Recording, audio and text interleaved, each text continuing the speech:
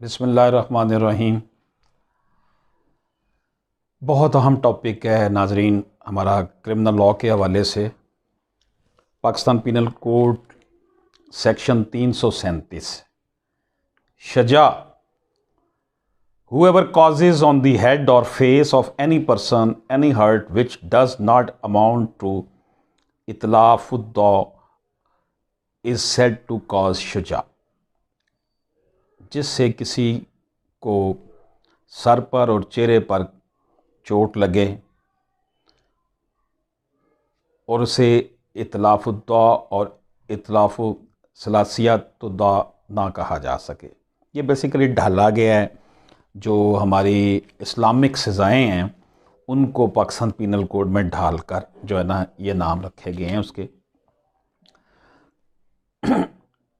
उसमें जो सजा है उसकी जो किस्में हैं, पहली किस्म है सजा खुफिया, सजा मौज़ा दूसरी है, सजा हाशमिया तीसरी है, सजा मुनक्ला, सजा आमा और फिर सजा दायमिया। Whoever cause सजा without exposing bone of the victim is said to cause सजा खिफा। किसी मजरूब को अगर उसकी बोन जो है हड्डी एक्सपोज ना हो उसको सजा खुफिया कहा गया है। By exposing any bone of the victim without dislocating it, it is said to cause सजा मौज़ा। यानी कि विक्टिम जो मजरूब है उसकी बोन एक्सपोज तो हो गई है, हड्डी नज़र आने शुरू हो गई है चोट से, लेकिन डिसलोकेट नहीं हुई, वो अपनी जगह से हिली नहीं है। तो इस जो होगा ये जो हर्ट होगा उसको सजा मौज़ा का नाम दिया गया। फिर सजा हाशमिया है जी। By fracturing the bone of the victim and without dislocating. Bone dislocate नहीं हुई लेकिन इतनी चोट लगी है कि बोन फ्रैक्चर हो गई है, तो इसको जो है ना सजा मुनक्ला कहा गया है। फिर जनाब सजा आमा है, इसको causing fracture of the skull of the victim so that the wound touches the membrane of the brain is said to cause सजा आमा। यानी कि चोट लगी है स्कल को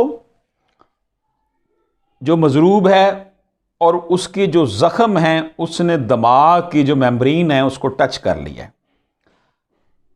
और फिर आखिरी इसकी किस्म है सजा दामिया। By causing fracture of the skull of the victim and the wound membrane of the brain is said to cause। अब इसकी पनिशमेंट की तरफ हम आएंगे कि ये जो 337 है सजा, इसकी जो किस्में बताई गई हैं A, B, C, D, E और F। अब इसकी सज़ाएँ जो हैं, पनिशमेंट जो है उसकी हम बात करते हैं। सजा खुफिया जो है shall be liable to daman and may also be punished with imprisonment of either description for a term which may extend to 2 years। 2 साल इसकी सजा है जी। सजा मौज़ा जो है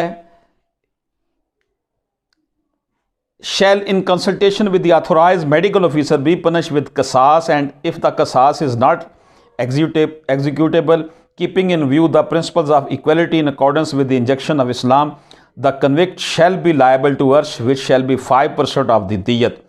यानी कि जो दूसरी किस्म थी सजा मौज़ा जिसमें जो है बोन एक्सपोज हो गई है चोट से बोन लेकिन डिसलोकेट नहीं हुई, तो इसको उन्होंने कहा है जी मेडिकल ऑफिसर की जो कंसल्टेशन के साथ कि किस तरह का ज़ख्म आया है, इस्लामी तालीमात की रोशनी में जो मुजरम होगा उसको दियत 5% उसके ऊपर लागू होगी और उसके अलावा उसको 5 साल तक की सज़ा भी हो सकती है।